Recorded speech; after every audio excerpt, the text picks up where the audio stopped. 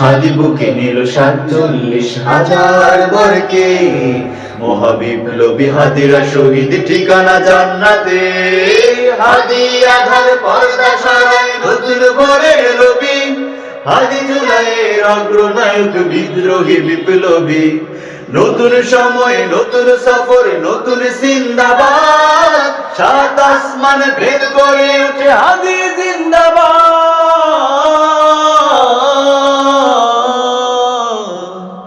হাদি সাহারা উষার বালুতে আবে জমজম পানি, হাদি আজাদির হাসান হোসেন জান্নাতি ফুলদানি।